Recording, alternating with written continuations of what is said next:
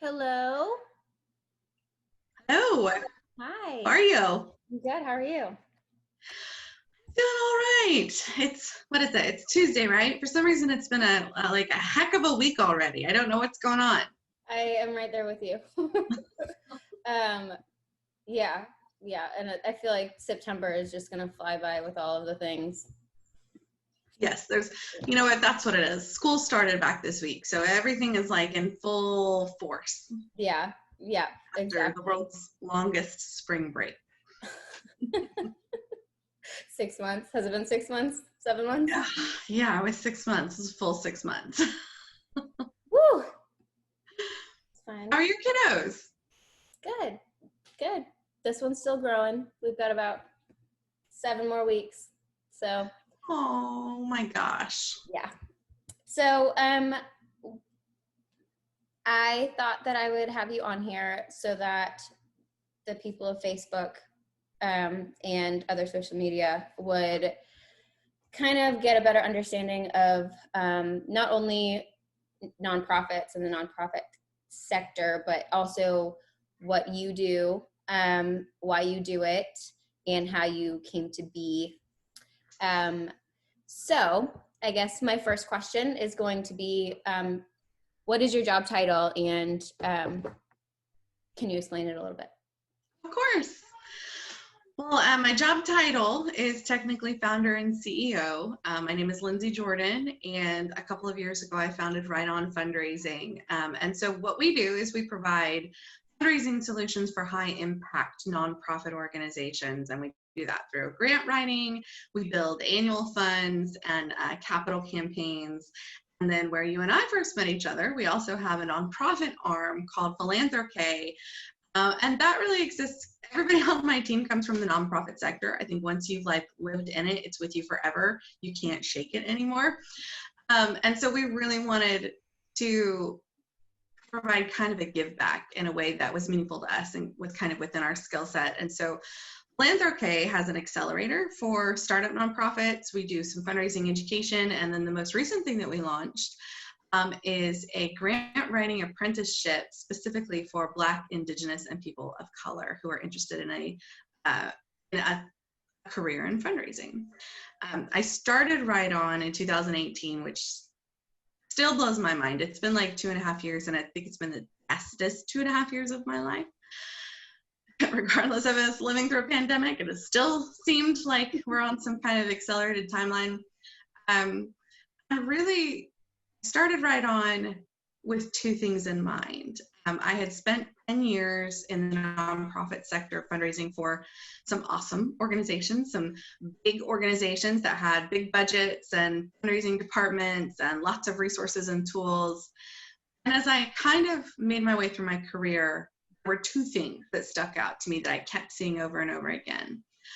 And one was that there were a whole lot of nonprofits in my sphere and in the Tulsa community in particular, who were doing incredible work with way less resource, right? I mean, really, in some cases, they seem to be doing more impactful work than some of the organizations I worked for.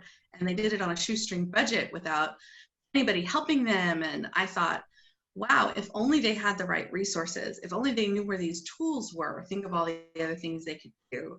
So that was kind of one impetus of starting it, was seeing those specific organizations. And I will add, I'm not a nerd, so I have to add a fact and figure to that. 66% of nonprofits in the United States operate with less than $1 million. So that means that by and large, the organizations that do the most good in our community do it with almost no help, which is pretty unbelievable if you think about it. And then the other thing that I noticed throughout those 10 years was the nonprofit sector loses a lot of really good fundraisers. I had seen peers in my role as a director of development who either left their job or they left the sector entirely. Maybe there was something going on with the board, or there were unrealistic fundraising expectations placed on them. There were kind of these recurring themes. But I saw really good executive directors leave the entire sector. They got so fed up. So actually in Tulsa, it's not good anywhere. So the average length of employment for a fundraiser is it's 18 months. And in Tulsa, it's 16 months. So Tulsa is just a little bit worse than the national average. For CEOs, I think it's like 2 or 3 years, which is still not a very long time to have a CEO in place. So there's this like constant talent churn within nonprofits. How do you ever get ahead in your donors, with your donors or your mission, when you are constantly having to fill these positions and look for new leadership? So the other thing that I felt really, really passionately about, that I saw room for improvement and room for change, was in developing and retaining really talented fundraising professionals. So we kind of have a twofold commitment. We're focused on a very niche group of nonprofits getting what they need. And then we're also focused on helping develop fundraising talent and keep them in the sector. That was a really long answer, sorry. So what is like the main reason why it's only 16 to 18 months? I mean, there has to be some like common denominator here. I'm so glad you asked that question. So I spent a lot of time before I launched this business specifically trying to answer that question. And what I found was that I was not alone in trying to answer that question. There's like 20 years worth of academic research. So this has been a problem for a long, long time, right, within the sector. And very smart people have identified, I think it's 6 main factors for why fundraisers and CEOs and volunteer leadership really leave the nonprofit sector. See if I can remember them all. It's going to be kind of a miracle if I can get them all on the spot. By the way, most people think it's compensation. Compensation is one of the 6, but it's not the top 6, because typically fundraisers are actually paid pretty well as far as compensation goes. I think it would be more of like discouragement or something like that, where you're not getting the results that you are expected to get or something. Right. So one of the big ones is unrealistic fundraising expectations. And that comes down from either the CEO or for the board of directors. You tend to get one of 2 boards. You're super lucky as a fundraiser if you get that board that comes straight down the middle. Typically, you get a board that is either super way into the weeds, way into the details in a way that is really not good governance, or you get a board that is totally and completely hands off and they don't want to think about it at all, and as long as you're hitting your marks, they don't really care. Neither one of those are a really healthy situation for a fundraiser, because you need this collaborative working relationship with your board to be able to do your job, right, and to do it well. So having unrealistic fundraising expectations is a big deal. Another big deal is there is not a lot of training, not a lot of professional development out there for people who are in fundraising or in the nonprofit sector. I like to think that we do a little bit better of a job of that in Oklahoma, because we do have some strong organizations that offer some training that I think is really valuable. But on the whole, it's a struggle all the time for everybody. And that relates to third one, which is not having a clear career trajectory. So this is something that I struggled with. Once you become a director of development and you've done that job for a while, what do you do next? You can either become an executive director or a CEO.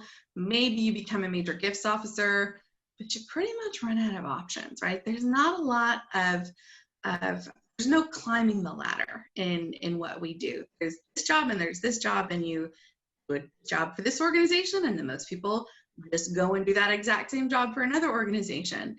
So after a time, that can start to feel not particularly fulfilling, because you're not growing as a person anymore. You kind of feel like you're doing the same thing over and over. Yeah. The trajectory is a big one. Pay is always in there. Oh gosh, that was for mismanagement. So this is one of the biggest challenges in general for nonprofits. Everybody comes to nonprofits from different backgrounds. Most people don't go to college and like, what are you going to do when you grow up? I'm going to work for a nonprofit. No, or I'm going to be a fundraiser. I'm going to be a CEO of blah, blah, blah. People have very diverse backgrounds. Some come from the corporate world. I mean, some have completely different career changes when they enter in the nonprofit sector. So what that means is that there's really not a shared language around what good management means. And you have people who maybe had some corporate management training, and some people who maybe have never had that kind of training. So from a management perspective, you have this like wild, wild west of management styles and best practices. And that can be really hard for people to adjust to, especially if you also are not getting paid a lot and have unrealistic fundraising expectations placed upon you, like all these other things going on. I think that was 5. Let me try and remember what the last 2 were. I told you I wasn't going to remember all 6 of them off the top of my head because I'm on the spot. Those are some of them, and they tend to be the same things. Oh, access to tools and resources. So that is a big one. It is to be understood, like this is a very understandable problem for nonprofits. They run on a shoestring budget. It's hard to invest in the tools that you need to get fundraising done sometimes.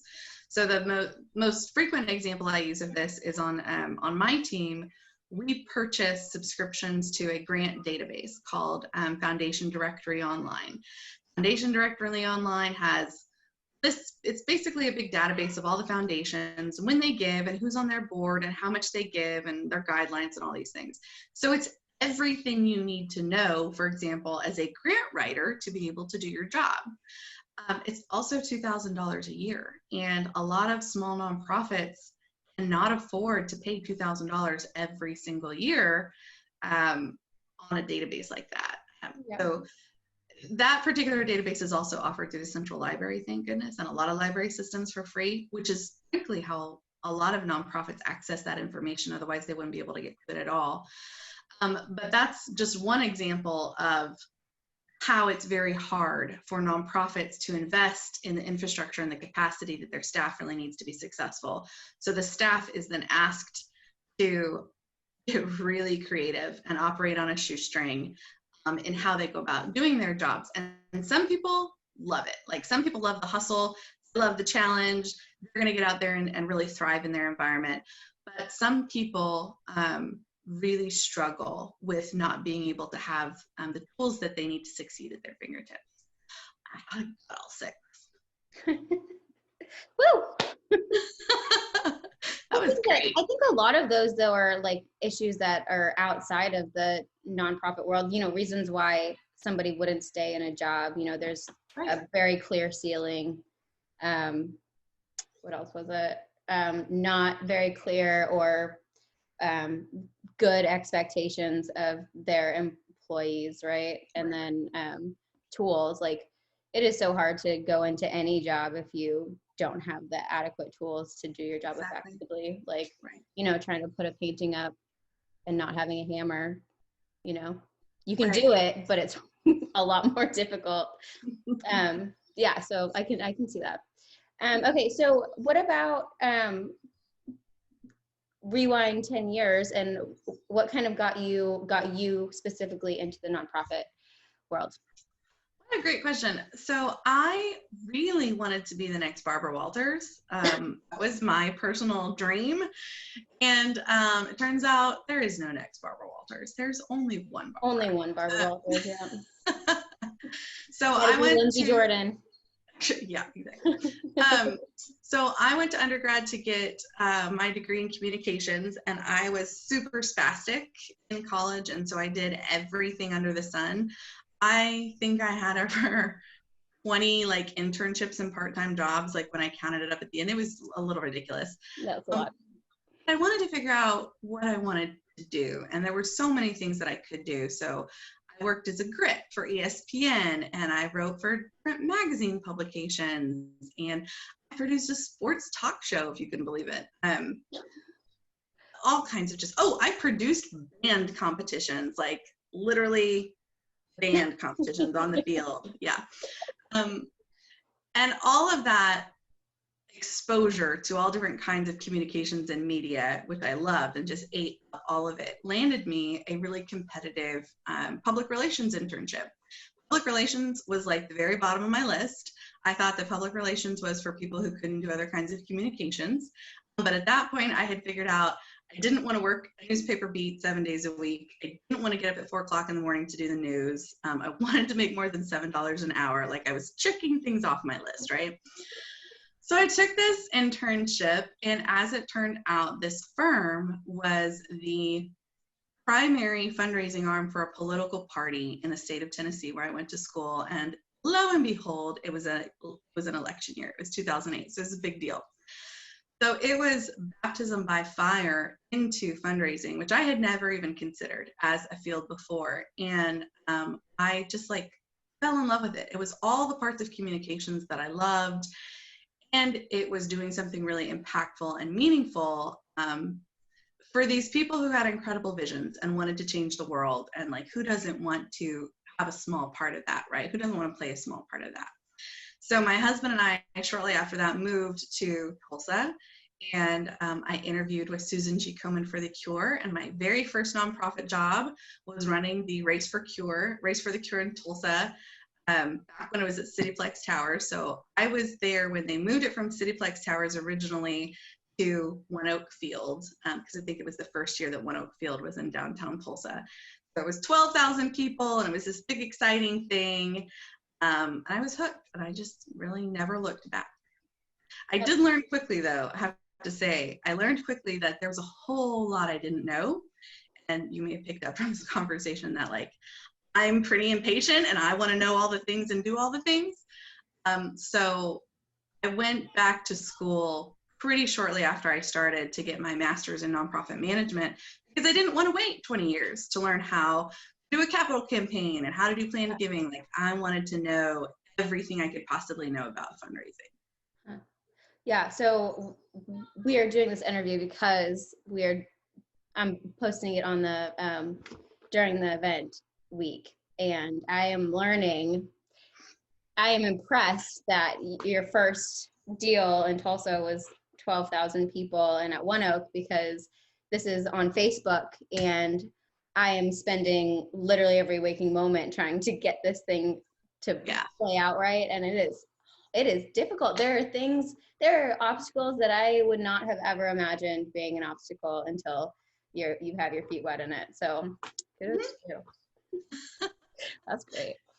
It's a great learning experience. And I'll tell you that the most valuable piece of that experience that I definitely still carry with me today was learning the value that volunteers bring to the table. So in a 12,000 person race, Susan G. Komen in Tulsa at the time probably had a committee of 40 volunteers and hundreds of other people on top of that really pulled the thing together. Yeah. So even though I was the staff person and it was my butt on the line at the end of the day, if we released all the money, it was the grassroots volunteer force that made that clock tick. And that was something I had never considered before, and something that I talk to a lot of our clients about now when they're struggling, when they feel like their staff is stretched too thin. It's, what does your volunteer program look like? How are you thanking them? How are you recruiting them? How are you engaging them? And it's not that it's not work to run a volunteer program, because it definitely is, but it makes a tremendous difference if you have a really high impact volunteer program behind you. Well, so we're so new that really my volunteer program is my board. Yeah. But they are, honestly, just like what you're saying, it would not be going anywhere without them. I mean, they are just like the best support group that I could possibly have. And they're just throwing out ideas and doing all of the things that I can't get myself to do, and just being awesome. So yeah, I agree with that. And I feel like if we were to do something similar next year, having a group of volunteers who are just supportive of permanent diaper relief is just like such a game changer. Yeah. Are you married? I am. My husband and I. Children? Yes, we have 2 kiddos. We have one who just turned 7, so he's the one who started 2nd grade this week, and then we have a 3-year-old who's a mess. My husband and I have been married. Oh, it's bad. I just forgot how long. I'm gonna say like 15-ish years. We've been together for 15-ish. It might be like 13 years of marriage. He's hopefully not watching this right now. It's been a minute. Just edit this out. Right. So you say they're like 4 years. Are they 4 years apart then? 2nd grade and 3. They're 4 years. Okay, that's how mine are going to be too. How does that work? Do they get along well? They do. Okay, It's cool. been surprised. I mean, they're boys. They have their And they're both boys? moments for sure. Yes. Okay, same. So it's not like, I'm so nervous about it. 2 boys in my house. I think it's a really good age, honestly. So it's like right at 3.5 years.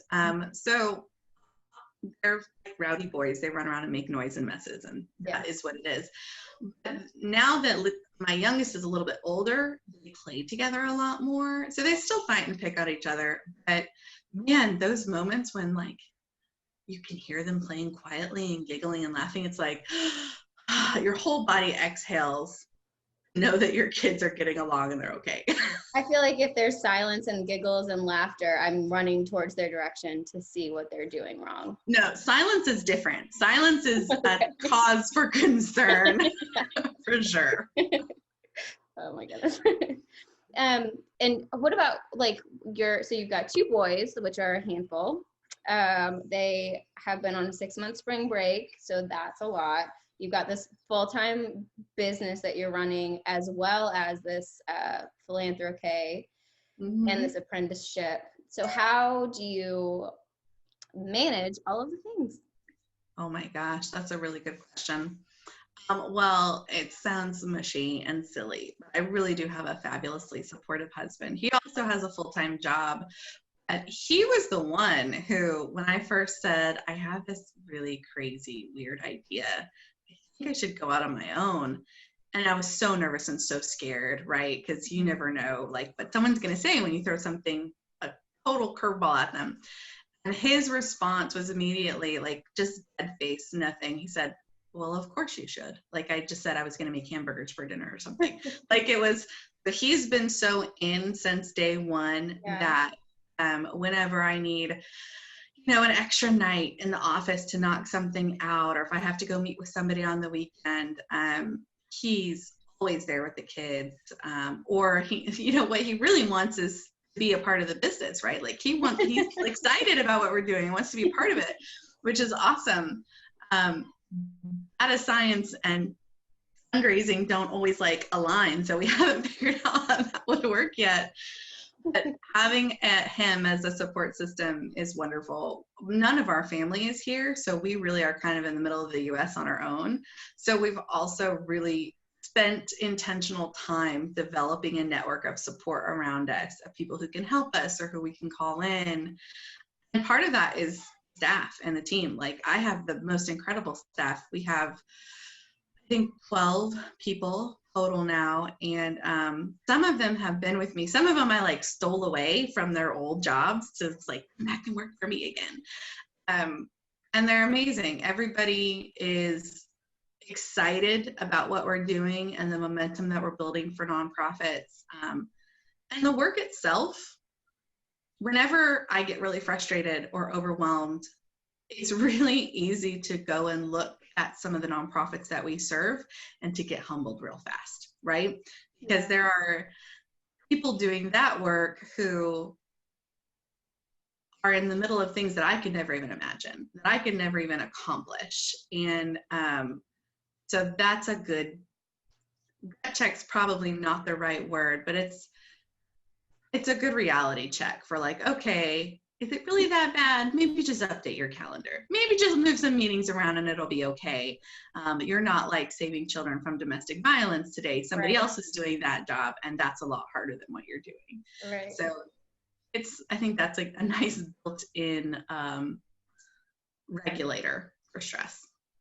Yeah, especially because you're seeing it, but you're not seeing it firsthand. It's kind of like you're like second in line on the telephone game, so you're still getting it all, but you're not like the first one. I don't have to take it home with me at the end of the night, right? I get to help.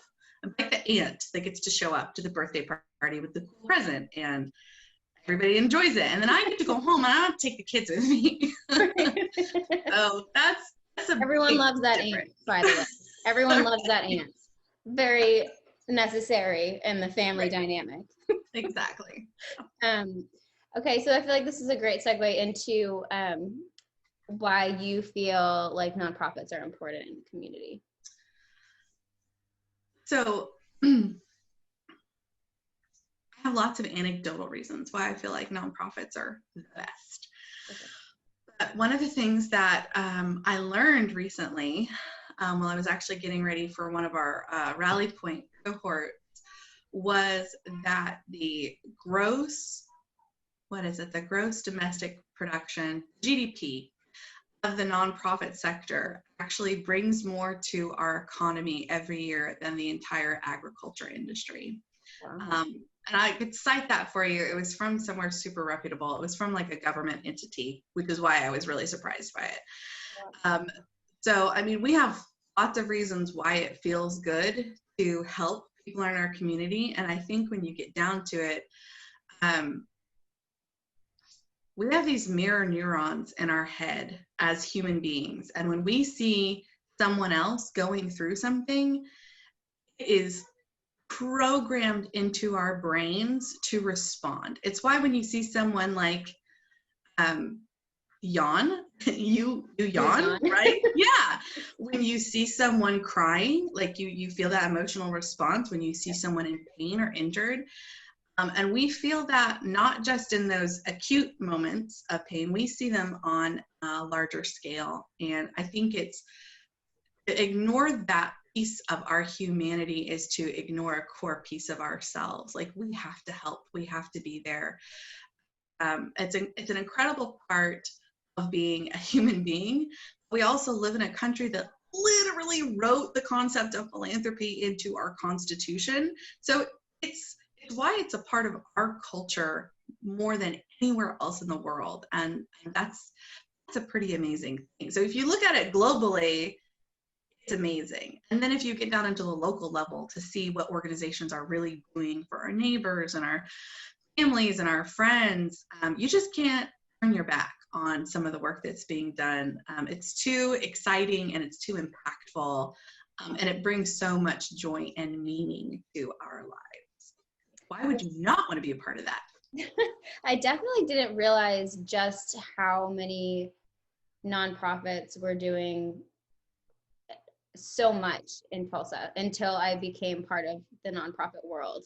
And then you really do, once you're like learning about all of these organizations and you're trying to get in touch with them and you're trying to build relationships with them, you realize that there are so many that are doing such a similar thing as you, or maybe even like totally different, but they're so important to the community as a whole.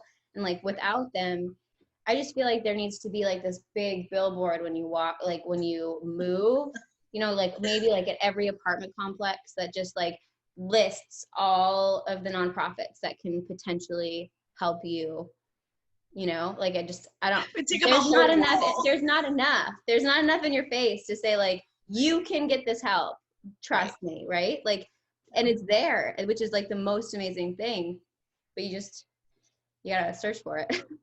Well, I think the last number I saw was something like 26,000 nonprofits in just the state of Oklahoma.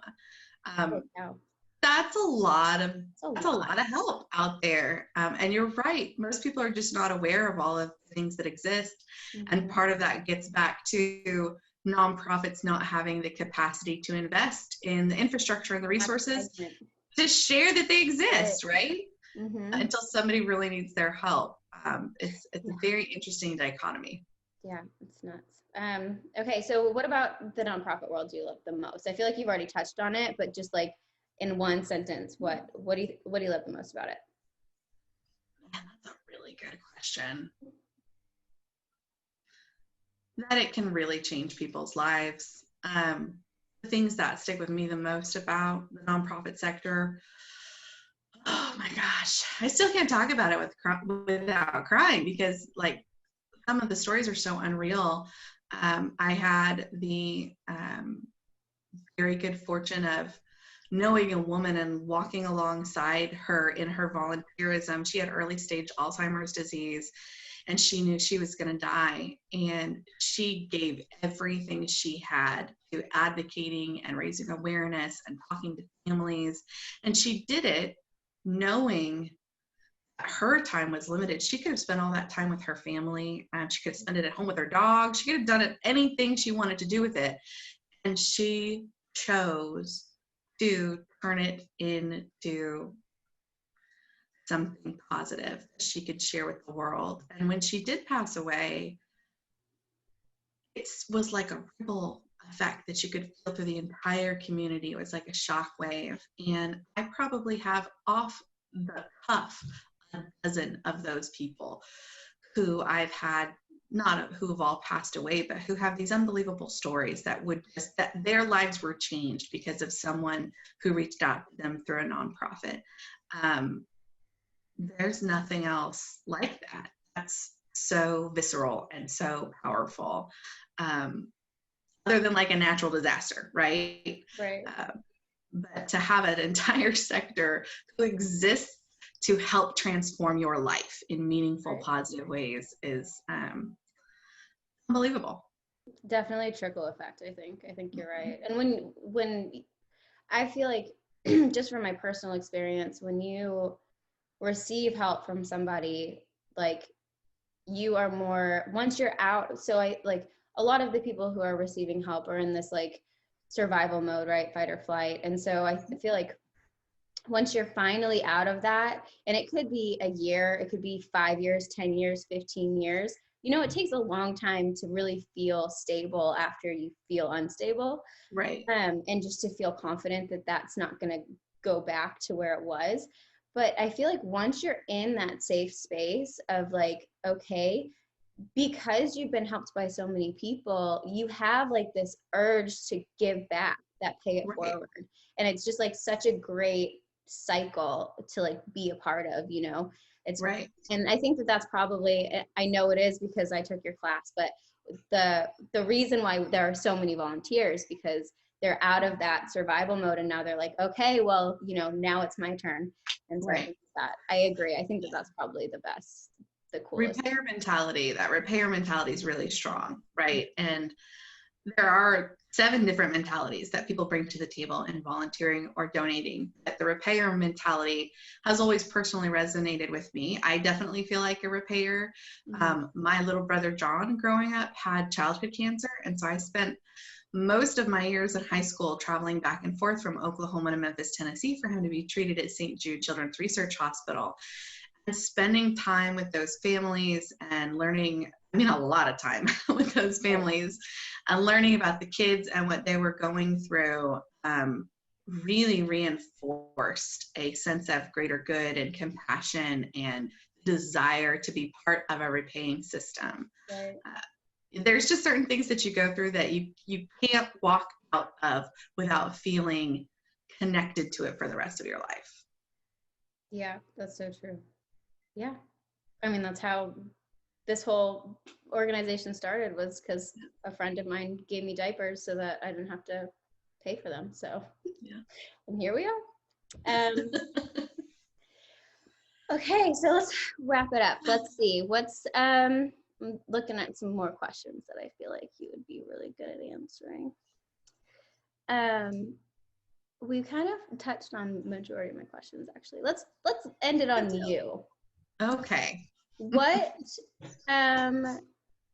let's see. What are some of your long-term goals? Oh my gosh. Professionally, personally, both? Yeah.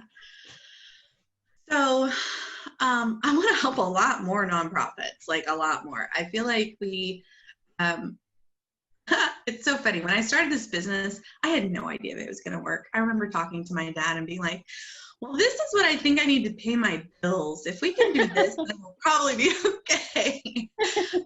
We have long since surpassed that in impact to the community. And I really underestimated the number of people who would respond to our message and how we go about fundraising, how we do the things that we do in kind of an inclusive and transparent way. So the sky is the limit as far as the business is concerned. And I have a really aggressive expansion plan.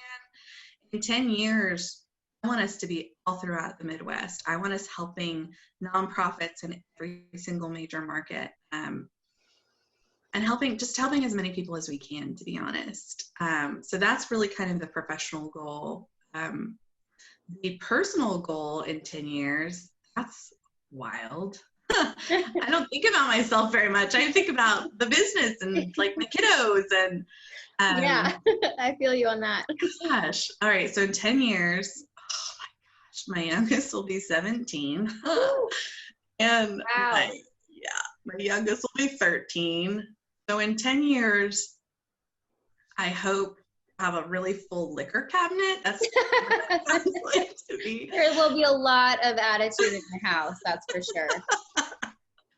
Right. Gosh, I don't know. I just want everybody to be healthy. And Yeah. I think more than anything else, what's really important to me is that the thing that we're building, my kids get it.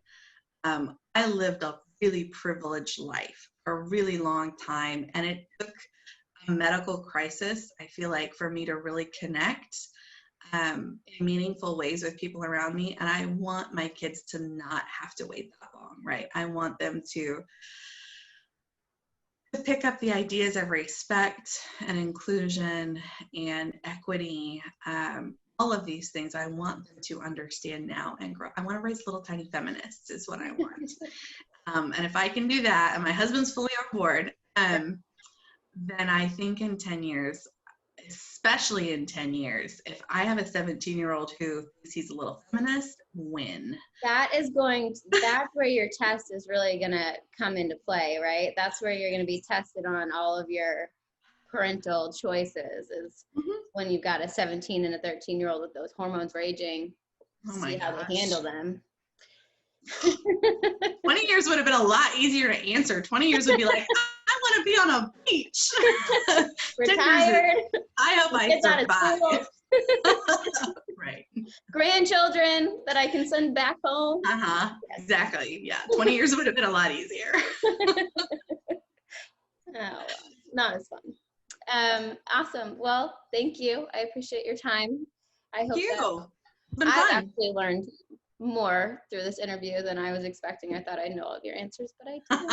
So I'm very thankful that you took the time to educate the world on nonprofits and your organization and you as a person. Very cool. Well, thank you for having me on. This was really fun. I'll see you. Bye-bye. Bye.